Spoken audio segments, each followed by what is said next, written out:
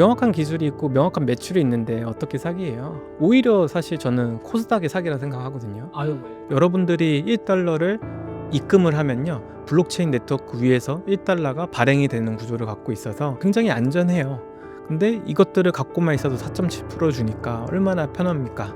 비트코인은 활용도에서는 엄청 떨어져요. 지난 고점보다 거의 한 30% 정도 하락해 있거든요. 10년 동안 홀딩하고 있었던 고래들이 시장에 내다 팔고 있다. 이번 상승장은 좀 제한적으로 올라가고 선별적인 어떤 코인들만 상승하는 그런 모습을 보이고 있다. 근데 우리가 이제 궁금한 거는 알트코인 시장은 도대체 언제 오냐?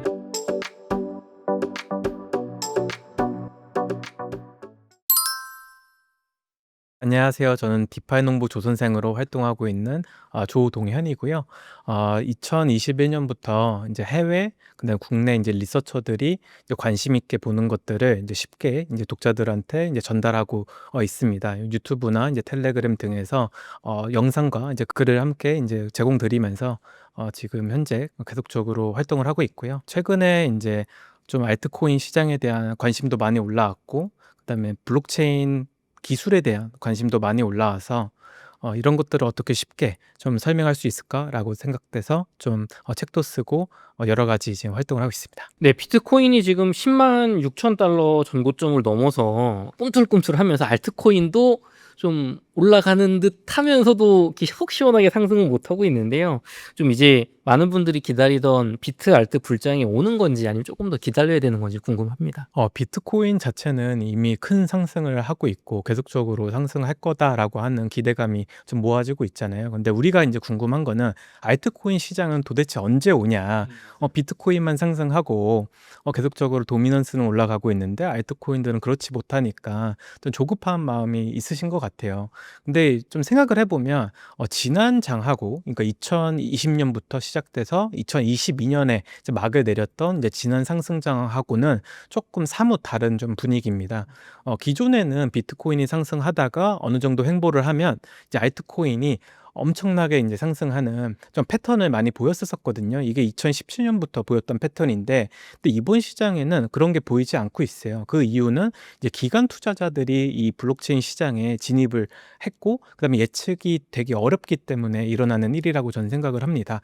대표적으로 이제 최근에 이제 크립토컨트라고 하는 이제 데이터 기반으로 이제 비트코인의 이제 가격을 이제 예상하고 투자자들이 이제 데이터로 이제 미래를 좀 볼 수 있는 그런 것들을 이제 서비스를 제공하는 회사가 있었는데, 거기서도 사실 기존 역사적인 데이터를 활용하다 보니까 안 맞는 거예요. 예, 왜냐면 변수가 너무 커져서. 왜냐면 기관 투자자들이, 그다음에 베이비 부머들이 ETF를 통해서 비트코인을 계속 사고 있는데, 이런 것들은 기존에 없었던 자금의 속성을 가진 것들이거든요. 그러다 보니까 좀 예측이 불가해졌고, 그러다 보니까 알트코인도 사실 개인들이 기존에는 많이 사줬기 때문에 가격이 올랐다면, 지금 현재는 기관 투자자들이 사는 것들, 기관 투자다라고 하면은 뭐 기업, 금융회사 뿐만 아니라 뭐 헤지펀드 같은 어떤 그런 곳들이 사지 않는 코인들은 올라가기가 굉장히 어려운 사실 구조로 변했어요. 그래서 이번 상승장은 좀 제한적으로 올라가고 선별적인 어떤 코인들만 상승하는 그런 모습을 보이고 있다라고 말씀드릴 수 있을 것 같아요. 예. 대표님, 그러면은 좀 기관들 혹은 어떤 그런 투자 헤지 펀드들이 사는 알트코인들은 지금도 좀 오르고는 있나요? 네, 계속적으로 오르고 있어요. 뭐 대표적으로 이제 수위를 보면 알 수 있습니다. 수위 같은 경우는 지난 상승장에 이제 출시됐던 하나의 코인이었어요. 이제 레이어 1이라고 해서 이제 이더리움이나 비트코인처럼 자체적인 네트워크를 갖고 있고, 사람들이 그 네트워크를 통해서 거래를 할 수 있게 만들어 놓은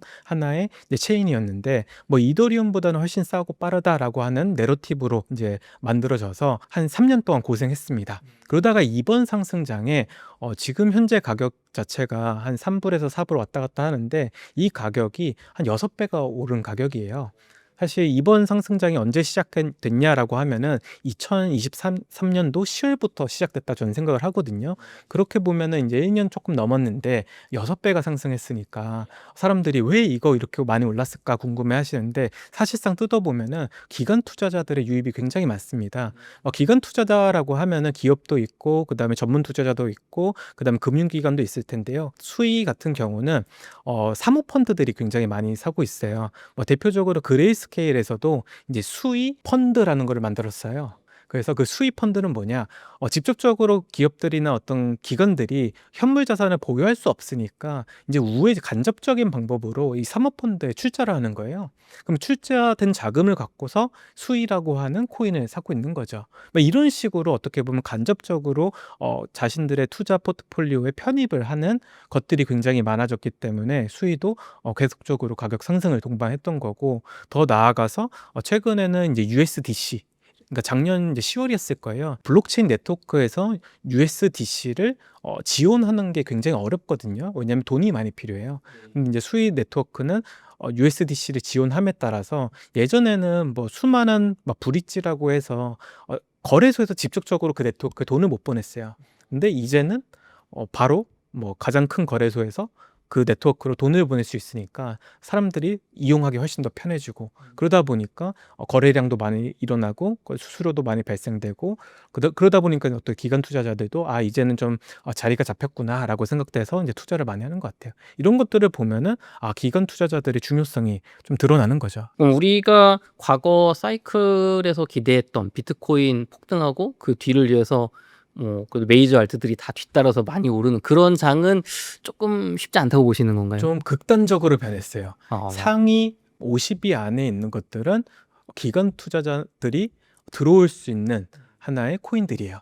시총이 높고 이미 만들어진 세월이 있기 때문에 어느 정도 이 보유자들도 좀 분산이 돼 있어요. 뭐 리플 같은 경우가 대표적이죠. 뭐 시총도 높고 홀더들도 다양하고, 그러다 보니까 어떤 한 개의 어떤 집단들이 뭐 맘먹고 이거를 덤핑하면서 가격을 내리거나 올리거나 할 수 없는 정도가 돼야지만 기관 투자자들이 들어올 수 있는데, 그래서 이제 중간이 없어진 것 같아요. 뭐 100위 밖에 있고 막 300위 안에 있는 것들은 굉장히 수급을 못 받고 있는 상태고, 오히려 아예 신생 코인이거나 아예 그 시총 자체가 너무 적어서 우리가 얘기하는 그런 자발트라고 하는데, 이런 것들은 개인 투자자들의 수급만 몰리게 되면은 가격 상승이 동반하니까 오히려 극단적인 현상이 좀 일어난 것 같아요. 단기적으로는 이렇게 스몰캡들이 훨씬 더 상승률이 좋고, 좀 장기적인 시계열을 놓고 보면은 저 시총 큰 것들이 이게 상승이 좋은데, 이런 것들은 기관 투자자들 때문이다. 즉 매수처가 어디서 들어올 것이냐라고 했을 때 이게 극단적으로 갈렸어요, 이번 시장은. 네. 좋습니다. 이더리움이 말씀해 주신 것처럼 그 큰 시총과 많은 기관의 선택을 뭐 트럼프 일가도 투자한다고 했는데 사실 가격적으로는 너무 안 좋아서 정말 망한 거 아니냐 소리 나왔다가 비탈릭 부테린의 좀 단순화할 필요가 있다 이런 발언 이후에 가격이 급등하고 있는데 왜 이렇게 많이 오르는 거예요? 사실 이더리움이 왜 떨어졌을까부터 좀 생각을 해봐야 될 것 같아요. 이제 왜 떨어졌냐라고 했을 때는 떨어졌을 때 이더리움을 지지했던 이 고래들도 이더리움을 팔기 시작했거든요. 그때 가장 많이 봤었던 이제 데이터들이 뭐였었냐면, 이더리움 고래들, 즉 ICO 때부터 10년 동안 홀딩하고 있었던 고래들이 시장에 내다 팔고 있다라는 뉴스가 가장 많았어요. 근데 이게 발생됐었던 이유는 뭐냐면 이더리움 재단에 있었습니다. 이더리움 재단 자체는 원래 처음부터 굉장히 이상주의자들이에요. 이거 기술 개발에 대한 또 노력을 엄청 많이 할 뿐만 아니라 자기들이 만들고 싶어하는 게 뚜렷이 있어요. 그래서 이더리움은 뭔가 공공재로서 활용되는 거지 투자로서는 사용되는 게 아니다, 뭐 이런 스탠스를 갖고 있어요. 근데 우리가 이더리움을 보유하는 사람들은 다 투자자들이잖아요. 그러니까 이게 어떻게 보면 이해상충이 있는 거예요. 서로 이해관계가 완전 틀린 거예요, 재단하고. 그러면서 재단들이 이제 이더리움 재단이 큰 비판을 받았습니다. 사실 코인이라는 걸 발행해 놓고 투자 자산을 발행해 놓고 투자 자산은 잘 모른다, 이건 공공재다라고 하는 것 자체가 말이 안 된다. 그리고 이 이더리움 자체에 약간 재단에 이제 수십 명의 이제 수백 명의 이제 리서처들이 있는데, 이 리서처들이 사용하고 있는 자금이 1년에 3천억 원이 넘어가요. 근데 문제는 뭐냐면 재단 트레저리, 재단의 이제 그 창고를 딱 열어보면, 금고를 열어보면 99%가 이더리움입니다. 즉 이더리움을 팔아야지만 생계 유지가 되는 모습을 갖고 있었어요. 그러다 보니까 가격이 계속적으로 하락하게 되고, 이더리움이 이제 가장 저점을 찍었을 때가 이더리움 재단이 지속 가능하지가 않다, 7년밖에 런웨이가 안 남았다라는 얘기까지 나왔었어요. 그만큼 이제 불안감을 조성이 됐었죠. 근데 이제 팩트라 업그레이드라고 해서 최근에 또 이더리움이 하나의 그 새로운 업그레이드가 됐는데 그 팩트라 업그레이드가 되면서 다시 수수료가 많이 발생하기 시작했어요. 그러면서 사람들의 좀 센티먼트가 좀 바뀐 것 같아요. 근데 예전에 이제 하락했을 때는 인플레이션이 되기 시작했거든요. 근데 이더리움이 인플레이션이 되면 안 되는 자산이에요. 왜냐면 나올 때부터 울트라 사운드 머니다라고 해서 사람들이 많이 사용하면 수수료가 발생하고 수수료를 소각해서 이더리움 가치를 계속적으로 우상향 만들겠다. 그래서 울트라 사운드 머니다라고 얘기했었던 어떤 자산이기 때문에 계속적으로 그 디플레이션이 나야지만 가치가 있는 자산이에요. 근데 사람들이 사용하지 않고 거래 수수료가 나오지 않다 보니까 계속적으로 인플레이션이 발생되고 그러다 보니까 투자자들의 심리가 안 좋아졌던 거죠. 근데 이제 팩트라이 업그레이드 이후에는 여러 개가 이제 바뀌었어요. 뭐 밸리데이터들한테 요구하는 최소 예치율도 높이고 그다음에 뭐 그 데이터를 저장할 수 있는 공간도 엄청 높였거든요. 그러다 보니까 다행히도 수수료가 좀 올라오기 시작한 거죠. 그래서 네트워크의 수수료가 잘 발생되니까 소각도 잘 일어나고 그래서 인플레이션 되던 게 계속적으로 다르지만 뭐 일자별로는 다르지만 디플레이션이 되는 모습을 보이기 시작했어요. 그래서 다시 이 이더리움이라는 자산이 인플레이션에서 디플레이션으로 바뀌고 있구나. 그러면서 어떻게 보면 안도의 그 사람들이 이제 안도를 하기 시작했고 그래서 다시 이제 비트코인이 상승하니까 근데 상대적으로 그 이더리움 자체는 많이 못 올랐으니까 이런 어떤 저가 매수세가 엄청 들어오기 시작해서 다시 좋은 모습을 좀 보이고 있는 것 같아요. 네. 그러면은 결국에는 많은 분들이 궁금한 건 그럼 이제 좀 이더리움 어려웠던 게 해결되고 가격이 우상향 아까 말씀드린 수익코인처럼 쭉 올라갈 일만 남았냐. 특히 막 500만 원에 물린 분들이 계세요. 그쵸. 네. 지금 올랐다고 해도 아직 그 가격 안 됐잖아요. 맞아요. 그럼 이제 이더리움 뭐 500만 원 돌파합니까? 뭐 1000만 원 갑니까? 대표님? 저는 못 갈 것 같아요. 못 갈 것 같아요. 왜 그러냐면 여러 가지가 이유가 있는데요. 첫 번째로 기관 투자자들이 이더리움에 대한 좀 이더리움의 투자 자산으로 생각을 잘 안 하는 것 같아요. 왜냐면 이더리움 ETF 수급만 봐도요. 비트코인에 대비 너무 저조해요. 그리고 사실 ETF가 만들어진 지 한 4개월 동안 계속 유출만 있었거든요. 어떻게 보면 사람들이 사질 않는다는 거죠. 근데 이제 반면에 이 이더리움이라는 자산은 원래 이 블록체인에서 일을 했던 사람들, 헤지 펀드들이나 아니면 리서처들 이런 어떤 개인들이 굉장히 좋아하는 자산이에요. 그러다 보니까 이번 상승도 ETF 수급보다는 개인들의 수급으로 가격이 올라가는 모습을 보였거든요. 근데 이번 시장 자체는 기관 투자자가 굉장히 중요한 시장이라고 했잖아요. 그러다 보니까 어느 정도 제한적일 것 같아요. 왜냐하면 경기가 굉장히 안 좋잖아요.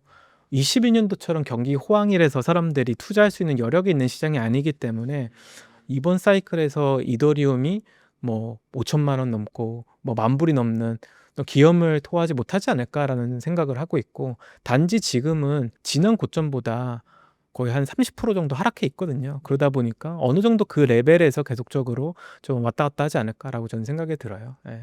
그럼 500만 원 본전은 갈 수 있을까요? 뭐 운이 좋다면 운이 그렇지만 좋다면 제 생각에는 쉽지 않을 것 쉽지 같아요. 않다. 예. 지금이 어떻게 보면 고점일 수도 있다고 보시는. 지금은 오히려 3,000불 레벨이 제일 좋은 것 같아요. 지금은 조금 어떻게 보면 2,500불이거든요. 지금 현재 시각으로.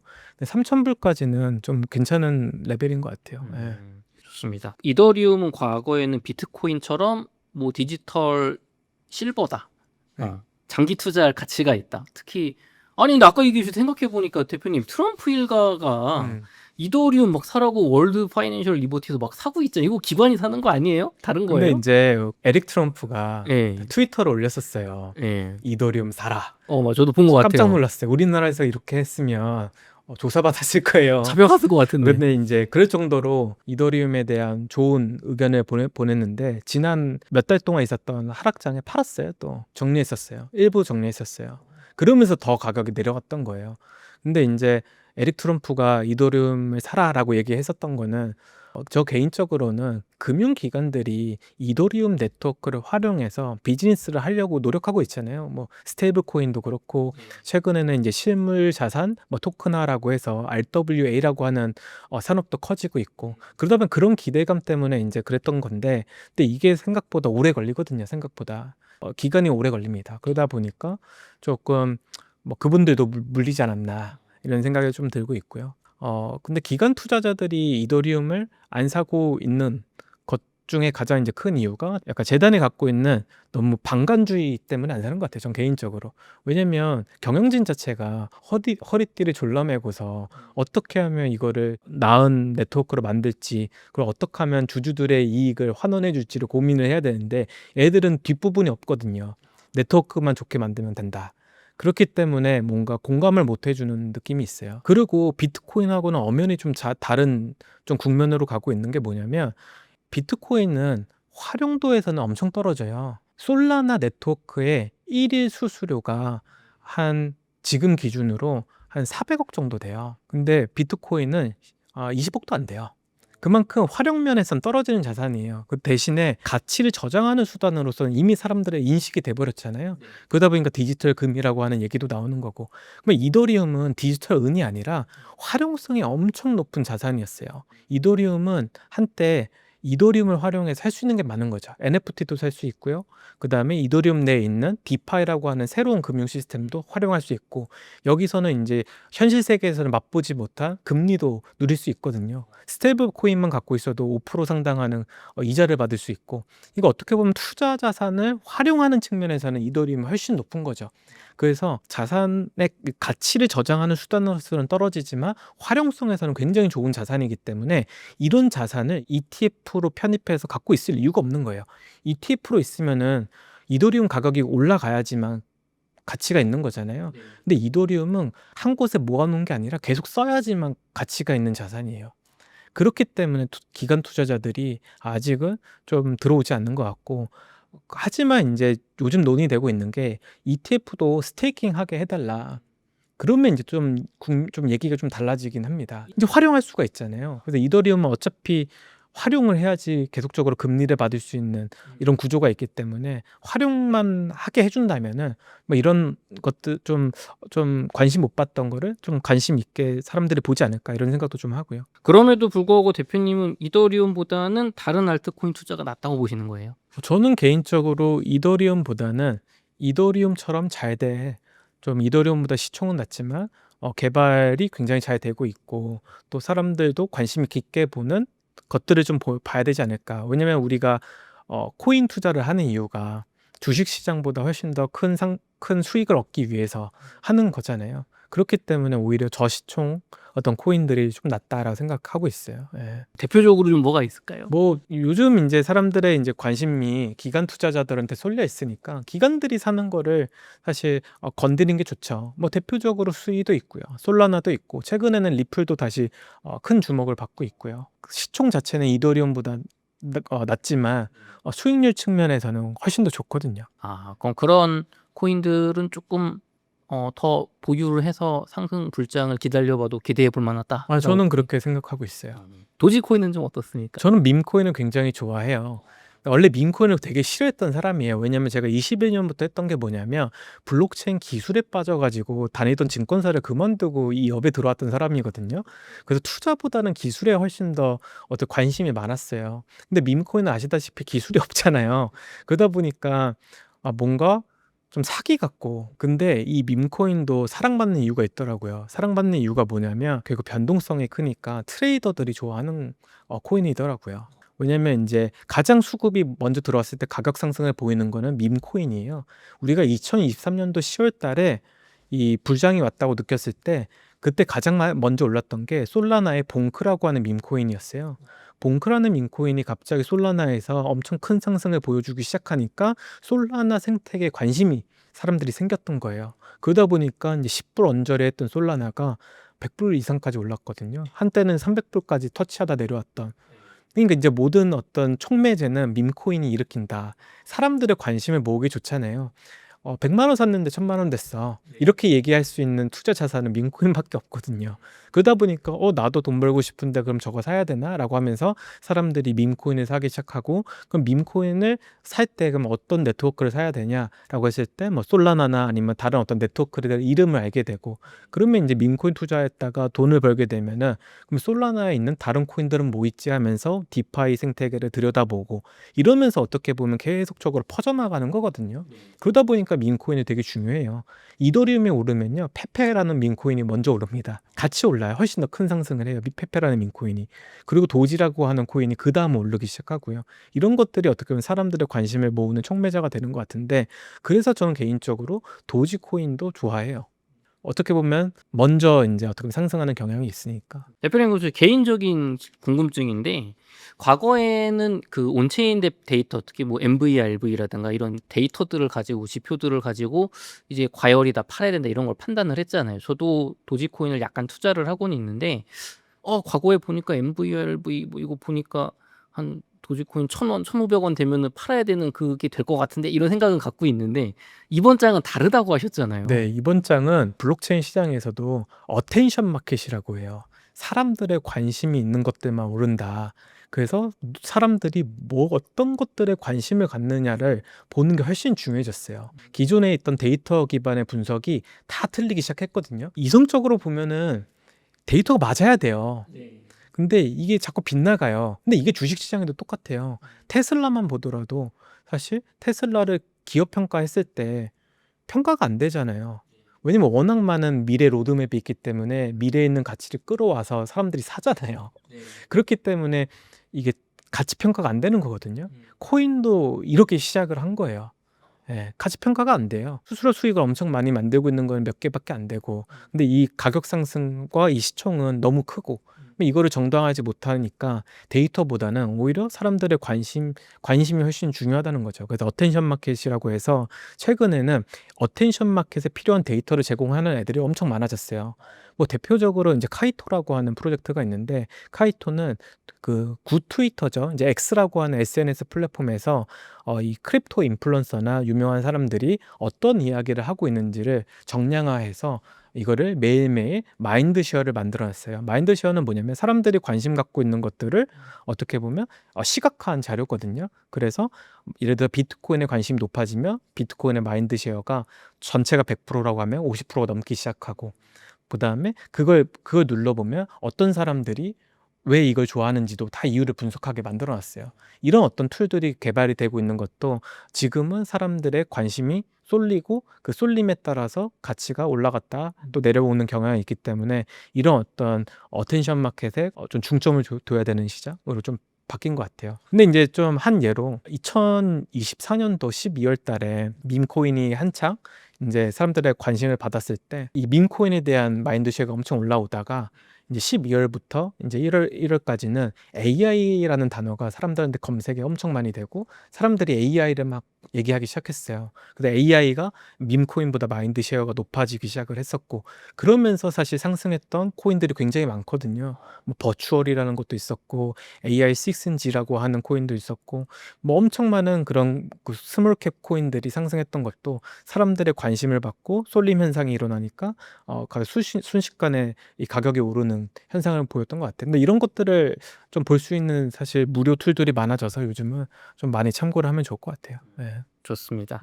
이어서 저희 또 대표님 요번에 쓰신 알트코인 투자라는 책 이야기 해보도록 하겠습니다.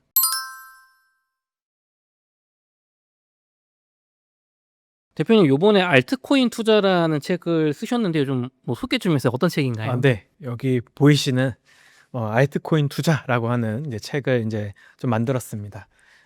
알트코인 투자라고 하는 책은 어떤 거냐면 기존까지 사람들이 알트코인 투자라고 하면 투기다라고 정의를 내리고 보는 시선이 되게 안 좋아요.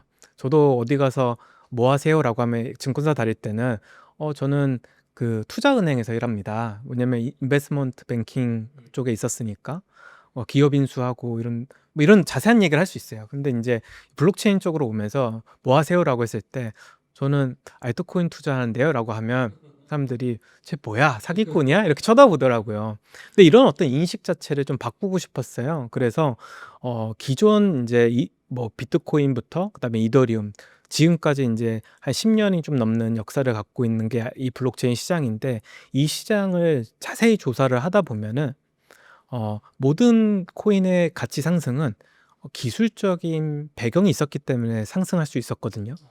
근데 이렇기 때문에 기술 내러티브로 사실 알트코인도 주식처럼 오르는 거다라는 거를 사람들한테 좀 알려주고 싶었어요. 그래서 기존 사례들, 그다음에 이런 것 어떤 것들, 어떤 기술들이 블록체인 시장에서 계속적으로 발전해 왔는지, 그 시기에 따라서 어떤 코인들이 사람들이 주목받고 가치가 올라왔는지들을 좀 정리해 놓은 책이라고 좀 보시면 될 것 같아요. 제가 그 대표님 책을 좀 목차도 보고 좀 읽어보니까 디파이라는 단어가 거의 책의 한 절반을 차지하고 있어요. 디파이란 좀 무엇인고 이거 설명 좀 부탁드릴게요. 디파이가 탈중앙화 금융이에요. 이제 영어로는 이 Decentralized Finance라고 해서 그걸 줄여갖고 DeFi라고 하는 거거든요. 근데 그냥 한국말로는 쉽게 탈중앙화 금융이다. 그럼 탈중앙화 금융은 뭐냐? 그러면 중앙화 금융의 반대고, 우리가 지금 사용하고 있는 금융을 떠올리시면 돼요. 우리가 이제 지금 사용하고 있는 이 금융 시스템은 사실 중앙화된 기관들이 그다음에 규제 안에서 여러 가지 어떤 활동을 하는 거잖아요. 그래서 정부가 규제 가이드라인을 만들어주면 이제 은행들이나 증권사들이 그거에 따라서 움직이고, 그다음에 뭐 상품을 만들고, 그래서 일반 투자자들이 투자할 수 있는 이렇게 시장을 만들어주는 건데, 이거와 이제 반대입니다. 누구도 간섭하는 사람이 없고요. 누구도 규제를 만들어 놓지 않았어요. 그래서 자율적으로 거래할 수 있는 하나의 이제 금융 시스템이다. 누구나 참여 가능하고, 누구나 금융 상품을 활용해서 수익을 창출할 수 있는 하나의 어떻게 보면 금융 시스템이라고 좀 불리죠. 근데 말만 들어봤을 때는 굉장히 위험할 것 같거든요. 근데 생각보다 위험해요.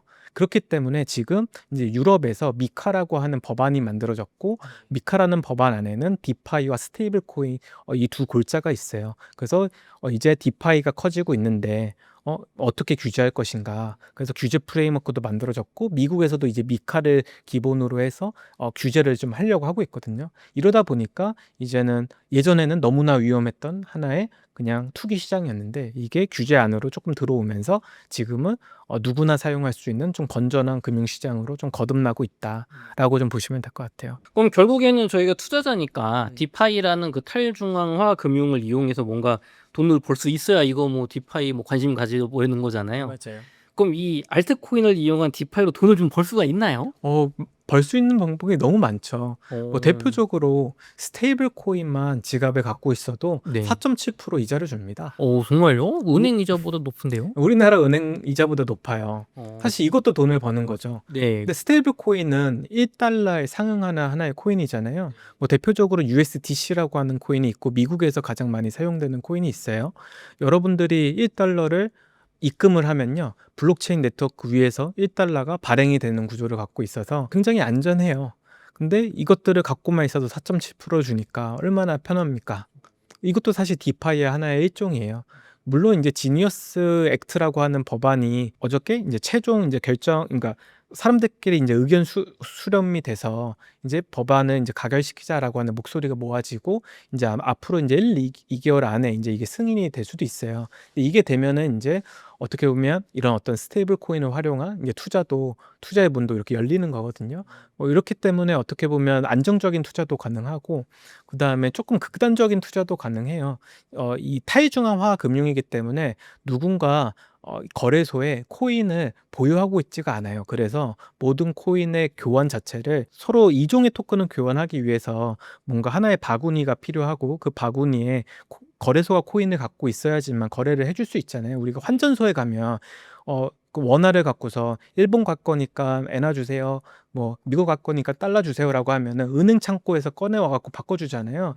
은행이 그 외환을 갖고 있어야지만 거래가 되는데, 이 디파이에서는 그런 것들이 없습니다. 그래서 누구나 자신들이 갖고 있는 코인을 그 바구니 안에 담으면, 그게 그 코인이 다른 사람이 교환을 원할 때 이제 쓰인다면은 수수료를 받을 수 있거든요. 근데 이 수수료에 대한 수익도 굉장히 좋아요. 그래서 예를 들어서 뭐 A라는 코인과 그다음에 스테이블 코인을 이제 같이 제공하게 되면은 1년에 변동성은 있지만 그래도 뭐 30%에서 100% 이자들 받을 수도 있고요. 굉장히 다양하게 활용할 수 있어요. 그러니까 은행이 하던 거를 개인들한테 내준 거예요. 그래서 그 수익도, 그래서 수수료 일부 제외하고는 전부 다 개인 투자자들한테 이제 돌려주는 시스템이기 때문에 어떻게 보면 수익률이 높죠. 그러니까 은행이 하던 거를 다 그냥 베껴서 인터넷상에 만들어 놓은 거라 생각하면 돼요. 그렇기 때문에 스테이블 코인 법안이 가결되려고 했을 때 은행권의 압력이 되게 강했어요. 은행 비즈니스가 무너질 수 있거든요. 이렇게 되면. 그러면은 대표님 이거 디파이 이렇게 알트코인 이용해서 투자하면 돈 내가 한 1,000만 원 투자하면은 1년에 뭐 원금 손실 없이 벌 수 있는 겁니까? 그쵸. 아까 말한 4.7%는 갖고만 있어도 그건 보장되는 거예요. 보장되는 원금. 거니까요. 그럼 그다음 이제 사람들이 생각해야 될 건 뭐냐면 그럼 그 수수료는 어디서 오는데 그 수익률은 어디서 오는데요? 가장 궁금한데 그게 다 미국 국채에서 와요. 그냥 미국 국채, 장기 국채를 사가지고 1달러의 가치를 유지하도록 만드는 게 스테이블 코인이거든요. 그래서 사실 되게 재밌는 게 뭐냐면 우리나라보다 미국 국채를 많이 갖고 있는 게 스테이블 코인 발행사들이에요. 근데 국채에서는 이자가 나오잖아요. 4%에서 5% 사이가 나오잖아요. 그 금리를 그 이자를 사람들한테 주는 거예요. 그럼 그 회사는 뭐 먹고 삽니까? 그렇게 다 주면. 중간에서 이제 수수료를 받는 거죠. 근데 어, 규모가 엄청 크다 보니까 아. 이게 좀 사이즈가 좀 달라지죠. 워낙 네, 크니까. 그렇기 때문에 USDC를 발행했던 서클사도 IPO 하겠다 얘기했던 게 이런 수수료 수익이 엄청나거든요. 대표님, 근데 우리가 4.7% 수익 얻으려고 알트코인 투자하는 건 아니잖아요. 그렇죠. 맞습니다. 우리는 막 2배, 3배, 10배를 바라잖아요. 그럼 이런 수익률이 디파이로 가능한가요? 가능하죠. 이제 가능한 건 뭐냐면 이제 디파이라는 개념은 굉장히 커요. 그래서 금융시장을 얘기하는 거예요. 금융시장 안에서 수많은 이제 알트코인들이 지금 발행이 되고 있잖아요. 근데 이 발행이 됐을 때 우리가 아무거나 사서 수익 올릴 수 있는 게 아니라 선별적인 어떤 투자가 필요한 거죠. 그러면 이 선별적인 투자를 할 때 뭐가 필요하냐라고 했을 때 사람들이 관심 갖는 거, 그다음에 기술적인 내러티브가 있는 것들을 우린 찾아야 된다 저는 생각을 하고 있어요.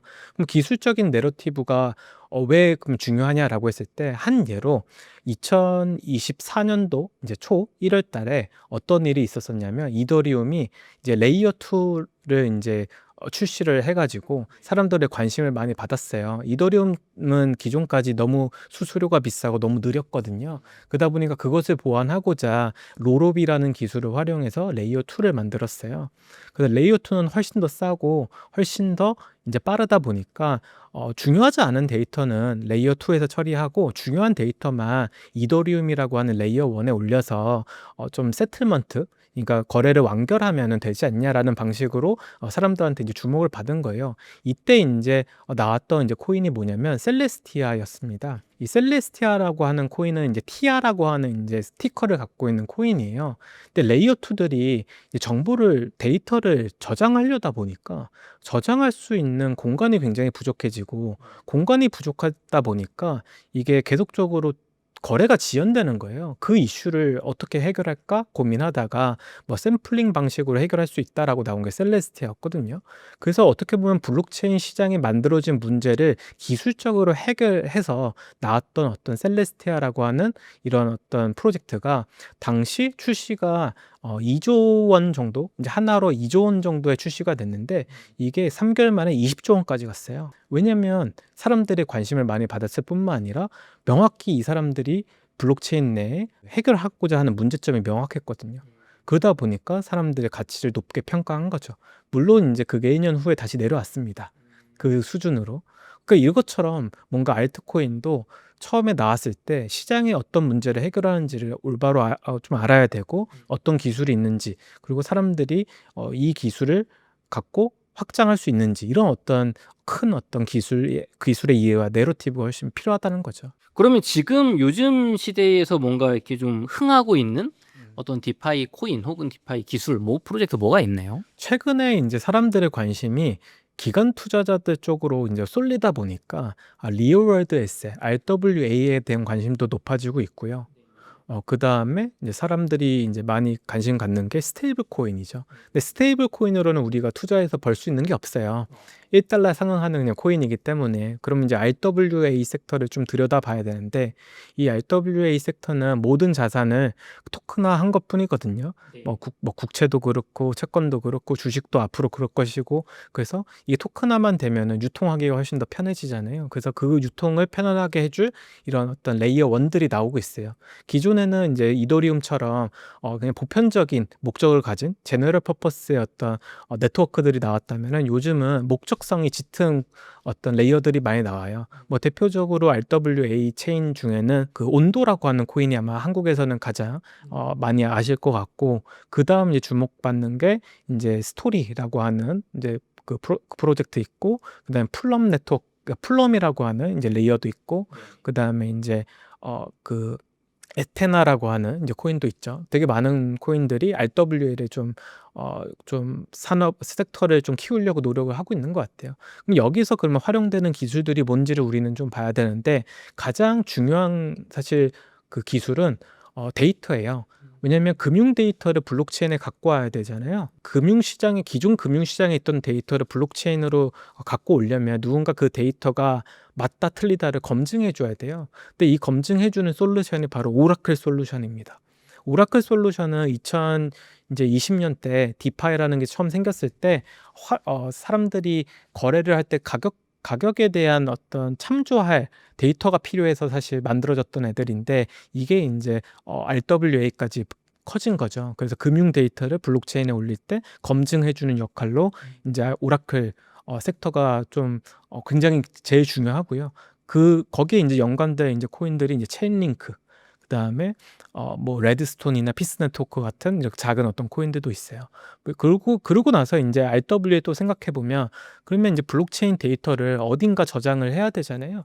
그럼 그 저장을 제공해 주는 스토리지가 또 필요할 거고 이 스토리지는 RWA뿐만 아니라 이제 인공지능 섹터에서도 굉장히 중요하다 생각하는 거거든요. 뭐 그런 것들이 그럼 뭐가 있냐라고 했을 때는 뭐 그 오래전에 이제 가끔 봤던 파일코인이 최근에 주목받는 이유도 이런 탈중앙화 스토리지를 제공하기 때문에 뭐 이렇게 주목받았었고 수의 기반의 월러스라고 하는 코인도 있어요. 그런 것도 다 스토리지를 제공하기 때문에 주목을 받고 있고요. 이런 어떤 생각의 어떤 좀 전환이 좀 필요한 것 같아요. 그럼 이런 코인들은 그냥 사서 보유만 하는 게 아니라 어딘가에 예치를 하고 이자를 받는 그런 시스템인 건가요? 네, 그쵸. 대부분의 이제 프로젝트들이 자신들의 코인을 예치를 하게 되면 자신들이 벌고 있는 수익의 일부를 그 배당처럼 줘요. 그래서 그 배당률이 보통 한 10%에서 뭐 20% 정도 되고요. 뭐 거기다가 이제 가격 상승에 대한 이제 업사이드까지 가져가게 되면 이제 큰 수익이 되는 거죠. 그러면 주식 배당주 투자랑 다른 건 뭔가요, 대표님? 배당주 투자랑 좀 다른 거는 없습니다. 뭐 정확히 따지고 보면은 배당주는 수익을 엄청 많이 벌잖아요. 근데 대부분의 코인들은 아직 매출이 많이 나오지가 않아요. 그런 어떤 차이점이 있는 것 같아요.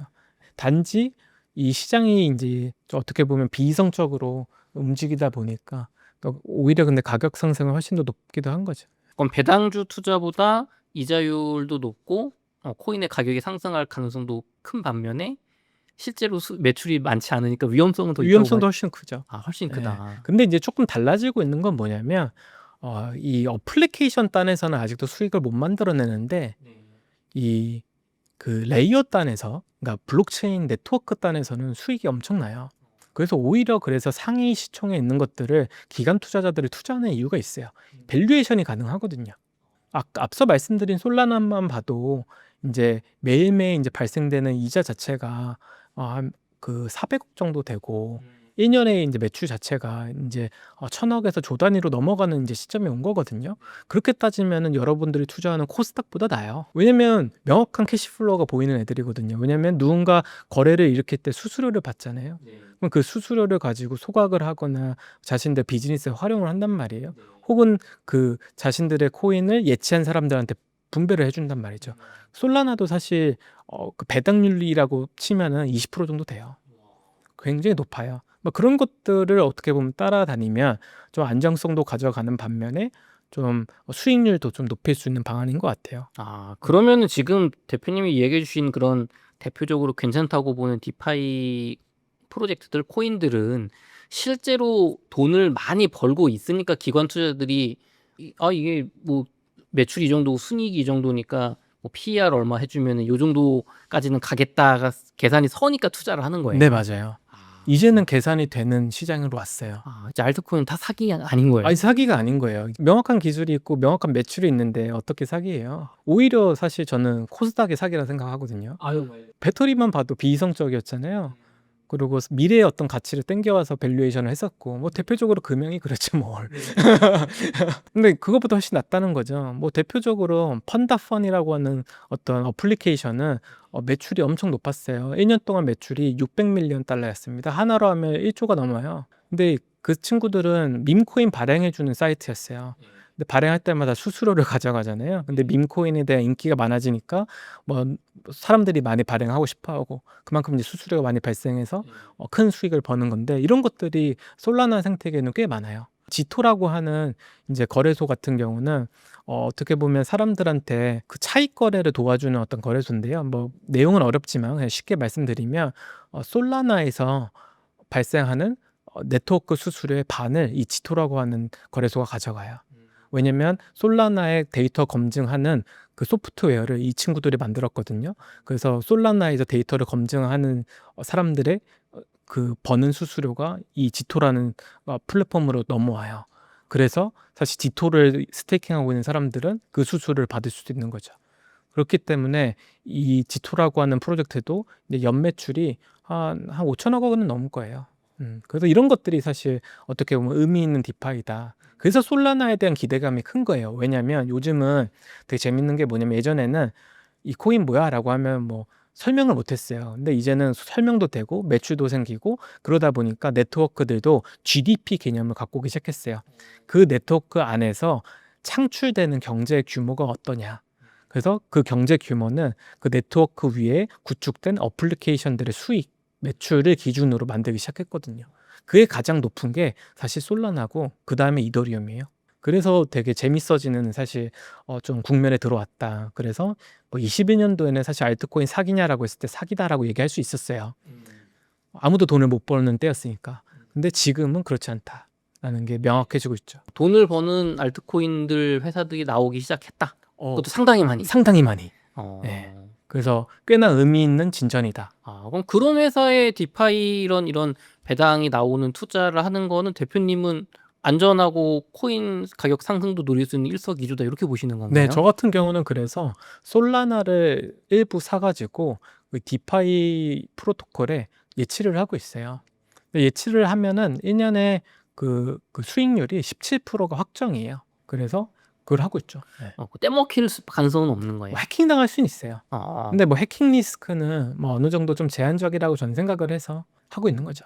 그렇군요. 네. 대표님 알트코인 투자 요번에 내신 책에서 상승장에 유용한 크립토 내러티브라는 내용이 있었는데 이게 좀 어떤 이야기인가요? 앞서도 좀 말씀드렸지만은 이 알트코인의 성장은 명확한 기술 기반으로 이루어진다라고 저는 생각을 하고 그런 것들이 이제 뭐가 있는지 좀 분석을 하다 보니까 결국 명확한 기술이 있고 시장의 문제점을 해결해야지만 가치를 많이 받더라라고 저는 생각해서 이 우리 알트코인 투자를 할 때도 그다음에 상승장에 돈을 벌기 위해서도 이걸 이해할 필요가 있다 생각을 했거든요.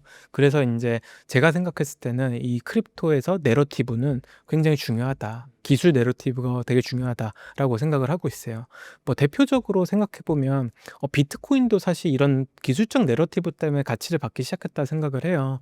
어떻게 보면 이제 금융위기가 왔을 때 결국 우리가 믿었던 이런 정부 그다음에 금융기관들의 신뢰가 무너졌었잖아요. 그래서 이들이 간섭하지 않은 새로운 어떤 화폐 시스템을 만들어야겠다라고 해서 비트코인이 나왔었고, 그래서 누구나 전 세계에 퍼져 있는 사람들이 이 비트코인 네트워크를 사용해서 자신들의 어떤 자산들을 이동시킬 수 있고 교환할 수 있었단 말이죠.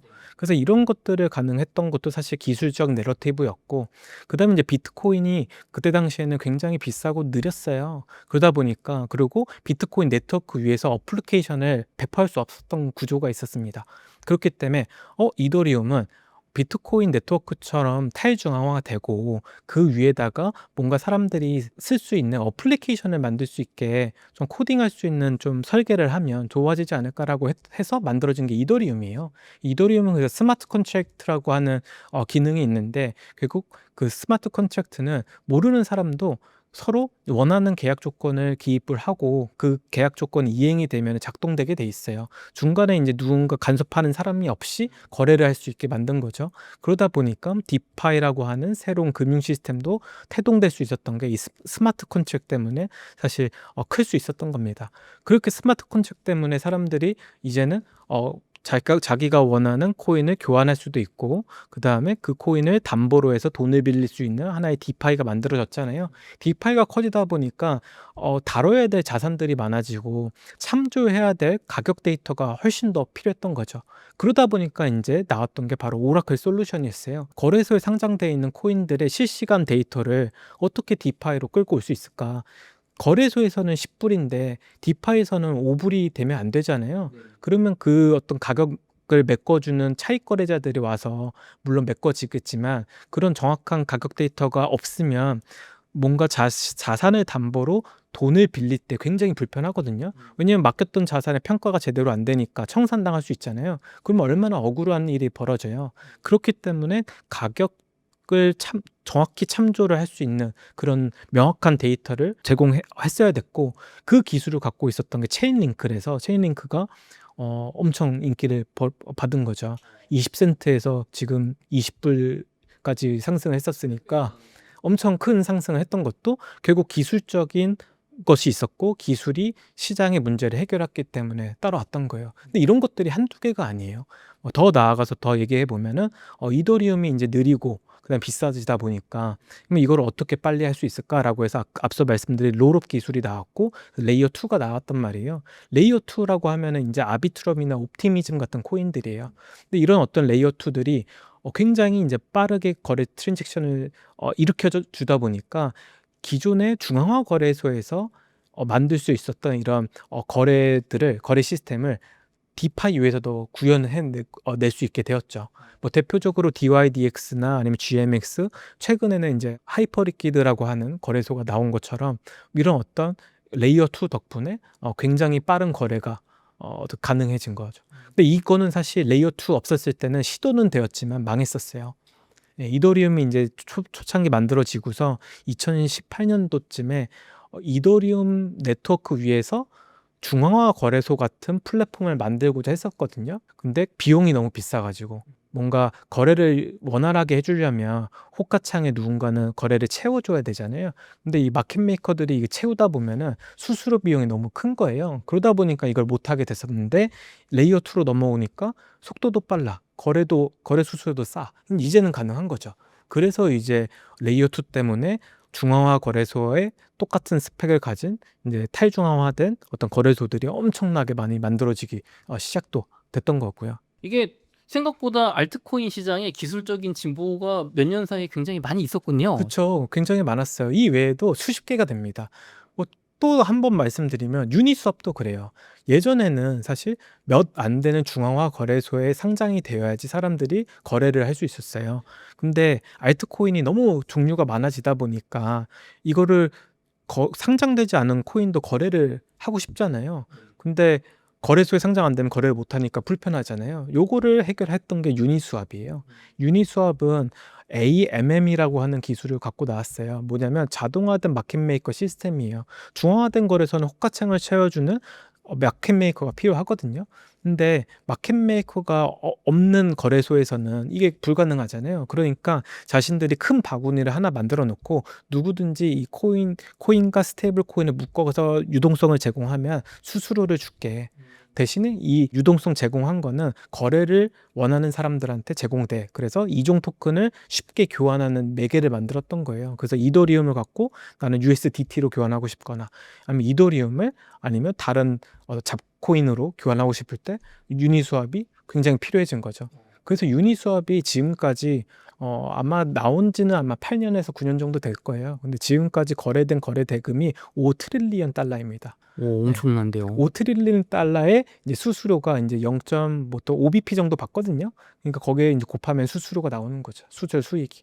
그런 것처럼 어떻게 보면 명확히 시장의 문제점을 찝어내 가지고 어플리케이션을 만들었기 때문에 큰 어떻게 보면 가치를 받을 수 있었고 그래서 시장에서 가장 유명한 거래소가 된 거죠. 대표님, 저희 투자자들은 이 돈을 벌려고 알트코인 투자하는 거잖아요. 그럼 이런 크립토 상승장에 유용한 내러티브 이런 게 살아있는 코인을 잘 공부해가지고 미리 선점을 하면 말씀하신 것처럼 뭐 정말 5배, 10배도 벌 수 있는 게 불가능이 아니잖아요. 그쵸. 그럼 중요한 건 그런 코인들 혹은 그런 내러티브 어떻게 미리 좀 선점할 수 있나요? 일단 모든 블록체인 관련된 정보들은 구 트위터 X에서 그 정보가 많이 있어요. 왜냐면 전 세계에 있는 이 블록체인 관련 리서처들, 그다음에 기업들이 전부 다 이 X에 소식을 전하거든요. 그래서 이 X에서 사람들이 어떤 이야기를 하고 있는지를 좀 집중적으로 봐야 되고요. 두 번째로 온체인 데이터를 좀 봐야 돼요. 요즘은 근데 너무 좋아져서 더블록이라고 하는 이제 그 더블록이라는 사이트에 가서 데이터를 쉽게 볼 수 있고요. 그다음에 디파이라마라고 하는 이 정부 사이트에서도 인사이트를 끌어낼 수 있는 데이터를 좀 볼 수 있어요.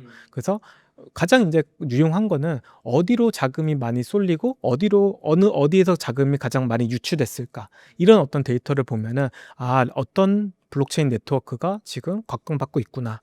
그다음에 아까 말씀드린 어떤 어플리케이션, 어떤 네트워크들이 돈을 잘 벌고 있는지, 그런 데이터도 좀 보면 유용하죠. 그만큼 돈을 많이 벌었다는 거는 그만큼 거래가 많이 일어났고, 거래를 많이 일어났다는 거는 사람들이 거기에 있어야 될 이유가 있다는 거거든요. 그렇기 때문에 그런 것들을 쫓아다니다 보면은 큰 돈을 벌 수 있는 거죠. 대표적으로 최근에 이제 관심 있게 이제 보고 사람들한테 계속적으로 말씀드렸던 거는 하이퍼리퀴드였어요. 하이퍼리퀴드는 그냥 바이낸스 같은 거래소인데, 모든 게 다 블록체인 위에서 작동이 돼요. 중앙화돼 있지 않아요. 다 탈중앙화예요. 근데 이 하이퍼리퀴드가 재밌는 점은 뭐냐면 수수료가 엄청 많이 발생이 돼요. 왜냐면 블록체인에서 이 선물 거래하는 이 고래들이 전부 다 하이퍼리퀴드 플랫폼을 쓰거든요. 그러면 이제 하이퍼리퀴드 플랫폼을 운영하는 사람들은 나온 수수료를 전부 다 코인에 다시 매수를 합니다. 그러면 이제 어느 정도 하방이 좀 막히고 상승 동력으로 작용할 수 있단 말이죠. 그래서 저번에 이제 한 18불까지 떨어졌었는데 지금 다시 뭐 23불에서 25불 뭐 넘어가는 모습을 좀 보이고 있고, 결국에는 지금은 저는 개인적으로 상승장이라 생각하기 때문에 거래 빈도가 더 높아질 거예요. 그러면 거래소들이 돈을 더 잘 벌 수밖에 없고, 그러면 거래소 수수료로 뭔가 가치를 올릴 수 있는 그런 코인들이 좀 적당하다, 저는 생각을 합니다. 그래서 그런 어떤 코인들도 좀 보면 좋을 것 같고, 뭐 기술적으로 최근에 이제 사람들한테 각광받고 있는 거는 다시 스테이킹이에요. 스테이킹이 원래 23년 말에서 24년 초에 엄청 인기가 많았어요. 왜 그러냐면 이제 POW에서 이더리움이 POW에서 POS로 전환하면서 이 이더리움을 예치해서 활용할 수 있는 상품들이 굉장히 많았거든요. 그래서 이 이더리움을 이제 예치를 해서 그때 당시만 해도 8% 이자를 얻을 수 있었거든요. 그래서 사람들이 이더리움을 사서 예치를 하기 시작한 거고요. 그래서 이제 그거 중개를 해주는 디파이 어떤 코인들이 유행을 했었어요. 대표적으로 라이도입니다. 근데 이번에 이제 팩트라 업그레이드 이후에 이런 스테이킹에 대한 관심이 올라온 게 밸리데이터들, 즉 데이터를 검증하는 사람들한테 요구하는 최소 예치량을 높였어요. 그렇게 원래 32개에서 지금 1000몇 개를 올렸거든요. 그러다 보니까 이제 아무나 데이터 검증을 못하는 시대가 되었고, 그러면 이거를 뭔가 중개를 해주는 어떤 코인들이 각광받지 않을까라고 해서 그 스테이킹에 대한 섹터에 대한 관심이 다시 돌아가고 있어요. 여기 관련된 거는 뭐 라이도라고 하는 코인도 있고요. 그다음에 로켓풀이라고 하는 코인도 있고, 이런 그다음에 아이겐레이어라고 하는 이제 코인도 있습니다. 그래서 이런 어떤 종류의 그런 코인들을 좀 유심히 보는 게 좋을 것 같아요. 네. 좋습니다. 대표님 그 디파이 농부 조 선생이라는 그 음. X 트위터를 이용하시잖아요. 네네. 주로 뭐 어떤 내용 받고 계시나요? 저는 대부분 기술에 대한 이야기나 아니면 내러티브 이야기를 많이 해요. 그래서 24년도 초에는 이제 AI, 이거 워낙 붐이었기 때문에 블록체인과 AI가 어떻게 만날 수 있을까, 그리고 기존 산업에 없는 게 블록체인에만 있는 게 뭘까라고 해서 그런 어떤 글들을 많이 쓰기도 했고요. 최근에는 이제 스테이블 코인 관련된 글도 많이 쓰고 있고, 확실히 변하고 있거든요. 스테이블 코인이 발전하게 되면은 은행들이 정말 곤란해질 거예요. 그리고 페이먼트 산업이 엄청 발달될 겁니다. 페이스북도 이제 구페이스북이죠. 이제 메타도 자신들이 만든 이제 스테이블 코인을 발행할 거고, 로빈후드랑 비자는 이미 발행하고 있고요. 뭐 이런 어떤 그 M7이라고 하는 이제 기술주들을 다루고 있는 회사들에서도 스테이블 코인들을 엄청 많이 발행할 거고 유통될 거기 때문에 이제는 국경 없이 어떻게 보면 그 달러가 이제 기축이 돼서 오고 가는 세상이 좀 될 것 같아요. 그래서 그런 어떤 기술들에 좀 관심을 좀 갖고 있어요. 그런 스테이블 코인들을 각 기업들이 이렇게 발행을 하게 되면 예를 들면 뭐 넷플릭스에서 스테이블 코인 발행했다고 하면 넷플릭스 결제를 그 코인으로 할 수 있는 거예요. 할 수 있는 거죠. 그럼 한국 원화로 하는 게 아니라 그 그렇죠. 코인을 사서 하는 거예요. 네, 실질적으로 메타에서 이제 워낙 인플루언서들이 많잖아요. 인스타그램 인플루언서들이 많으니까 그 인플루언서들한테 이제 대금을 지급할 때도 환율에 대한 리스크가 존재를 하거든요. 근데 그런 것들이 다 해결되는 거죠. 지금 우리나라에서도 그 모 거래소에서는 USDT를 지원하고 있잖아요. 그래서 달러로 받으면 거기서 환전해서 나올 수도 있는 거죠. 그럼 우리나라 원화는 점점 안 쓰게 되는 거 아닌가요? 그렇게 됐어. 그래서 이제 원화 스테이블 코인 발행해야 되는 거 아니냐는 목소리가 나오고 있는데 네. 쉽진 않죠. 아. 네. 대표님 그러면 이제 이렇게 시대가 스테이킹, 뭐 스테이블 코인 이런 게 각광을 받고 있는데 요게 올해 하반기에도 좀 유용한 상승장을 이끌 크립토 내러티브라고 보시는 건가요? 저는 스테이킹이 다시 좀 주목을 받을 것 같아요. 아무래도 이제 스테이블 코인 스테이킹 혹은 이더리움 스테이킹을 통해서 뭐 수익을 창출할 수 있는 여러 가지 방법들이 있는데 이런 것들을 이제 제공해 주는 서비스들이 또 관심 갖지 않을까라고 생각해서 뭐 유심히 보고 있는 거는 팬들이라고 하는 코인을 좀 유심히 보고 있고요. 예, 이 팬들은 나온 지는 되게 오래됐어요. 근데 이 친구들이 해주는 게 뭐냐면 채권화된 것들을 전부 다 거래 쉽게 토큰화를 시켜주는 애들이 이게 무슨 말이냐? 채권에는 원금과 이자와 그 다음에 기간이 있잖아요. 이거에 따라서 할인율을 적용해가지고 만약에 내가 6개월 동안 이더리움을 그냥 안 건드려도 된다, 안 팔아도 된다라고 하면은 그 플랫폼에서 가서 사면은 더 싸요. 왜냐하면 미래 가치를 할인해서 살 수 있거든요. 뭐 그런 어떤 플랫폼들이 있어요. 야, 이게 생각보다 굉장히 그 금융 산업 은행이 하던 것들을 많이 하고 있다는 생각이 맞아요. 듭니다. 그냥 금융에 있는 모든 거를 요즘은 다 블록체인 통해서 만들어지고 있고 이게 예전에는 이해하기 어려워서 사람들이 사용 안 했는데 이제는 시장이 성숙하고 사람들이 똑똑해지다 보니까 이제는 다양한 전략으로 많이 사용하죠. 그러면은 그런 아까 1, 2부에서 얘기했던 헤지 펀드 혹은 뭐 기관 투자자들은 은행의 이런 전통적인 금융 뭐 파생 상품이라고 할까요? 이런 것들을 이용하는 것보다 코인 크립토 시장에서 하는 게 더 수익률이 좋으니까 들어오는 거예요. 그렇죠. 하이 리스크 하이 리턴이니까 들어온 거고 실질적으로 훨씬 더 높죠. 예. 그래서 물론 이제 모든 자금을 그렇게 쓰지는 않겠지만 일부 자금으로 테스트도 해보고 여러 가지 이제 실험을 하고 있는 거죠. 대표님은 그럼 그 암호화폐 투자 포트폴리오를 좀 비율을 좀 어떻게 해요? 뭐 비트코인, 알트코인 뭐 이렇게 비중 같은 거요? 일단은 이게 시드 크기에 따라 좀 달라지는 것 같아요. 근데 저희가 시드가 얼마 안 됐을 때는 당연히 이제 대부분 알트코인으로 사실 자금을 많이 불렸었고요.